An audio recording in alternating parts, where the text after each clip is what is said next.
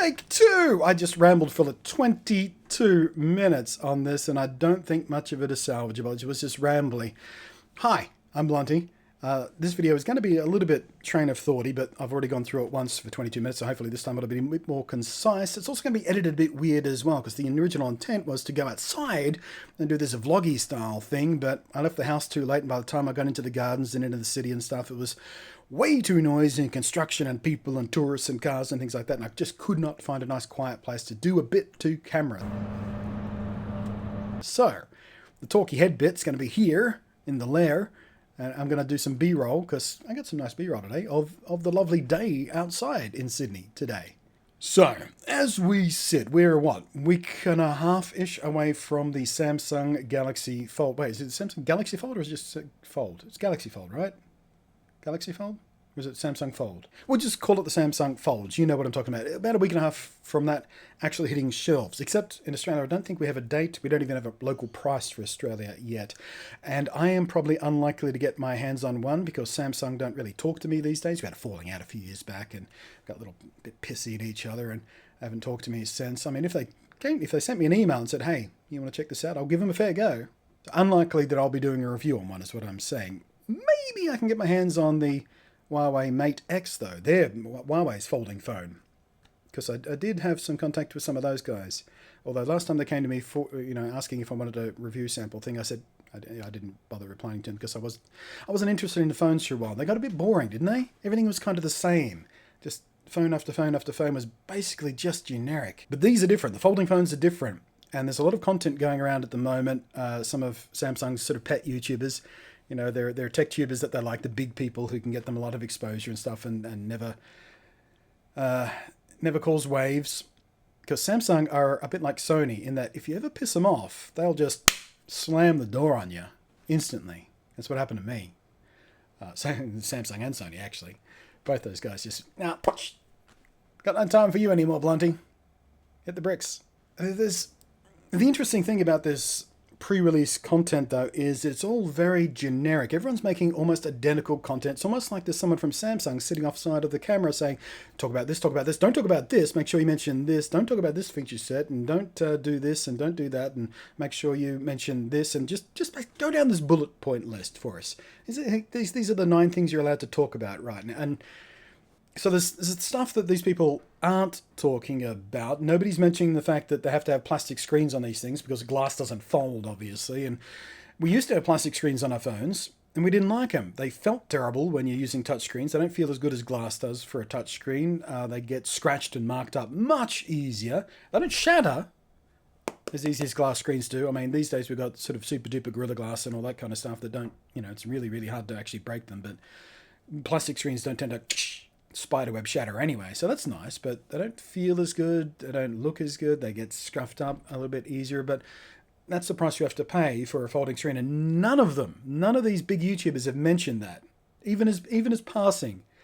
None of them have just mentioned that, oh, by the way, it's a plastic screen, of course, and that means you have to be careful about. A couple of them have mentioned the crease, but just in passing. They haven't focused on it. They haven't sort of spent a couple of minutes sort of talking about how and when. They go, oh, yeah, you can notice the crease and you can feel it sometimes. It's not a big deal. None of them are really talking about use cases. Why is this thing a thing that needs to be here? I mean, yeah, it's nice having something that's basically that size. You can slide in your pocket, but then you unfold it and you get a screen that's, twice, well, not quite twice as large because that's not the way math works when you see the edges and things like that, but a bigger screen, which is lovely. And I'm really interested in that for something I'll get to and the reason I'm cutting in this B-roll that we took in the first place. But they're all just talking about the feature set bullet lists and the hinge and the cameras. And I haven't seen anyone publish any shots from it yet. They take a selfie with it and go, hey, and they point it to the camera and go, oh, look at the selfie. And nobody's publishing any shots from anything yet or any video shot with it yet. Or there's a whole bunch of stuff they're not allowed to do, apparently. And one of the things that worries me is durability. I mean, Samsung and Huawei have both, I think, shown footage from inside their factories where they've got these things folding and unfolding and folding and unfolding, doing durability tests. But anything with moving parts can break easier than something that's solid state, basically. It's one of the reasons why Apple started to move away from physical home buttons. First they got rid of the clicky home button and then they got rid of the the fake clicky home button, and now it's just all face recognition and stuff like that, because the home button on Apple phones, and all phones actually, was one of the main points of failure. I bet you everyone out there has had one of those buttons fail, or knows a friend or family member who has had one of those home buttons fail, because you're pressing that thing dozens upon dozens upon dozens upon dozens upon dozens of times a day, and it's a physical moving part that makes it more prone to failure. It's one of the reasons why they're gone. I mean, the other one was, big screen, real estate thing, get rid of the chin bar and all that kind of stuff, but that's one of the reasons they're gone. So putting way more moving parts back into these phones now with hinges worries me a little bit. I mean, yes, like I said, they've been doing the testing. They wouldn't have put these things on the market if they weren't fairly confident about them. But then again, the same thing happens with buttons. They durability test those, but they still tended to fail, didn't they? But yeah, aside from the fascinating gimmick of, hey, unfold big screen kind of thing, maybe it's to serve a purpose of people like me who own a phone and a tablet as well. I've got the iPad Mini Pro, the last generation one, the 10.3 inch one or whatever it is. Needs replacing. I've managed to damage the screen, and the touchscreen doesn't work properly anymore because I sat on it once. But I've used those things in tandem many times while on the road and things like that. I'll often shoot on the real camera here, or shoot stuff on this and move it across the iPad and edit there. There's a program called, I always forget, Luma something. What is it called again? Luma Fusion. Editing software, video editing software. Incredibly powerful and easy to use, and I really recommend it. I've used it many times to edit stuff, and nobody even noticed. Nobody ever said, well, this editing looks a bit weird, or this editing looks a bit, it's not as good as your usual editing thing. Nobody ever noticed I was using it. You don't tell them they don't notice. That's how good Luma Fusion is as far as editing goes. And being able to do that on the road without ever having to carry around a laptop, or, come home and do it on the PC or something like that, it's amazing and wonderful to me that we live in a world where editing and ingesting 4K footage is not only doable, but it's practical and fast, and I don't feel like I'm making a huge amount of compromises anymore.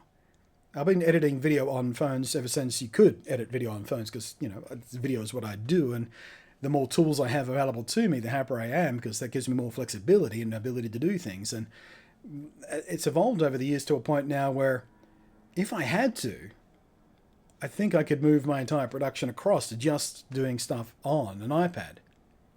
I don't necessarily want to or intend to do that anytime soon, but if I had to, I could, and that's amazing to me. And having a device that can slide into my pocket, is this size basically, but can open out and give me the extra screen real estate, which makes editing easier, so I can have more of my timeline on screen. So my preview image is bigger, so I can see when I'm doing things like color correcting or sort of positioning stuff, or trying to frame by frame edit, and have the bins off to the side and be able to really clearly see exactly what's there, and not have to do a lot of scrolling just to find the clip I'm after. The more screen real estate I have for editing, the better and happier I am. It's one of the reasons I have a 4K screen, because that makes a huge difference in just getting more stuff on screen at the same time, while making it still usable and clear and crisp and readable and viewable and everything like that. So from a production standpoint, content production, photo editing, bigger screens are better. You see more detail and things like that. So that's one of the main reasons I'm interested in these folding phones.